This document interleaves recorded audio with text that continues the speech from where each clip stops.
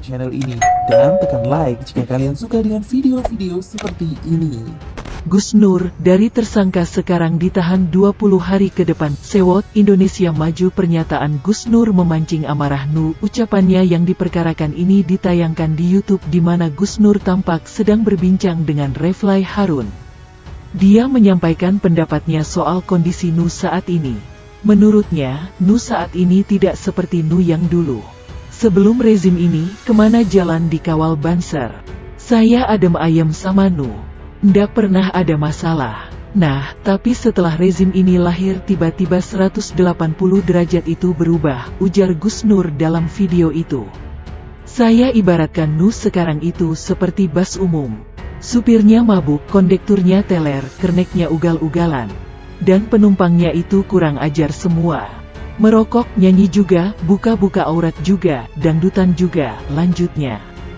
Gus Nur juga menyebut sejumlah nama seperti Permadi Arya atau Abu Janda, Ketua Umum GP Ansor, Yakut Khalil Koumas, hingga Ketum PBNU Said Akil Siroj. Jadi saya kok pusing dengerin di bas yang namanya Nu ini. Ya tadi itu, bisa jadi keneknya Abu Janda. Bisa jadi kondekturnya Gus Yakut. Dan sopirnya Kiai Haji Akil Siraj. Penumpangnya liberal, sekuler, PKI di situ numpuk, katanya. Gus Nur memang cari penyakit dengan mengeluarkan pernyataan seperti itu. Sungguh nekat malah. Tindakan nekatnya ini berbuah laporan dari berbagai pihak, salah satunya dari Ketua Pengurus Nu Cabang Cirebon Aziz Hakim, karena dianggap telah menghina Nu. Selain dilaporkan Nu Cabang Cirebon, Gus Nur juga dilaporkan oleh GP Ansor. Kemudian dia dilaporkan oleh Lembaga Bantuan Hukum LBH, GP Ansor Kabupaten Pati di Polres Pati dan Aliansi Santri Jember di Polres Jember. Laporan bertubi-tubi, tinggal menunggu waktu Gus Nur ditangkap. Pada Sabtu dini hari, dia ditangkap di kediamannya di Malang, beserta barang bukti berupa laptop dan harddisk. Kemudian dia ditetapkan jadi tersangka. Usai menjalani pemeriksaan, penyidik memutuskan untuk melakukan penahanan terhadap Gus Nur.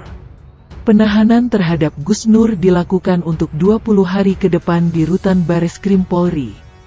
Kalau sudah ditahan seperti ini, maka nasibnya kemungkinan besar tidak akan bagus. Tapi ini tanggung jawabnya sendiri. Siapa suruh ugal-ugalan dalam mengeluarkan pernyataan? Menuduh yang bukan-bukan, menyebut PKI pula. Abislah, beda pemikiran bukan berarti boleh menghina apalagi dengan ucapan seperti itu. Tak senang ya sudah, minggat aja. Kenapa harus menghina seperti itu? Apakah biar dianggap jantan dan hebat? Apakah mau eksis dan diviralkan sehingga jadi terkenal di mana-mana? Maaf, kalau mau lakukan itu dengan aman, harusnya kabur dulu ke luar negeri dan tiarap selama bertahun-tahun mirip orang itu. Kalau di luar negeri, lumayan bebas mau ngoceh tentang apapun. Kalau di sini, hari ini bikin fitnah dan provokasi, hari ini juga bisa diamankan. Gus Nur ingin menjadi garang di tempat yang salah. Siapa yang buat gaduh, memang seharusnya ditindak saja meski pasti akan ada secuil orang yang protes sana-sini. Negara ini butuh kedamaian dan kestabilan untuk bisa berkembang dan maju. Kadang sebagian warganya sudah melewati batas dengan berlindung di balik demokrasi dan kebebasan menyuarakan pendapat. Negara harus mendisiplinkan warganya yang seperti itu, teriak-teriak tanpa memikirkan dampaknya. Seperti yang diucapkan Gus Nur, kebenaran yang diklaim sendiri, ditafsir sendiri, diributkan sendiri, yang akhirnya harus dipertanggungjawabkan sendiri. Sebenarnya banyak orang yang modelnya seperti Gus Nur, hanya saja kurang terekspos media. Bicara seenak jidatnya, memperkeruh situasi, dan giliran dimintai pertanggungjawaban, ngakunya dizalimi dan teriak-teriak cari kambing hitam. Maunya menang sendiri dan merasa paling benar sendiri sesuai tafsiran seenak jidatnya. Makanya kembali lagi soal sertifikasi penceramah. Banyak yang ragu dan protes soal ini. Justru inilah salah satu cara agar penceramah yang provokatif, caci maki dan menyerang membabi buta tidak dapat panggung lagi.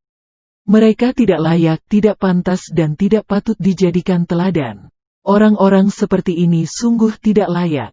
Dan mungkin banyak yang tidak menyangka, termasuk saya, kalau dulunya dia ini jualan obat, menurut beberapa sumber yang saya baca. Aneh kan? Apakah cukup dengan jago bicara dan berpenampilan religius sudah layak jadi penceramah? Bagaimana menurut Anda?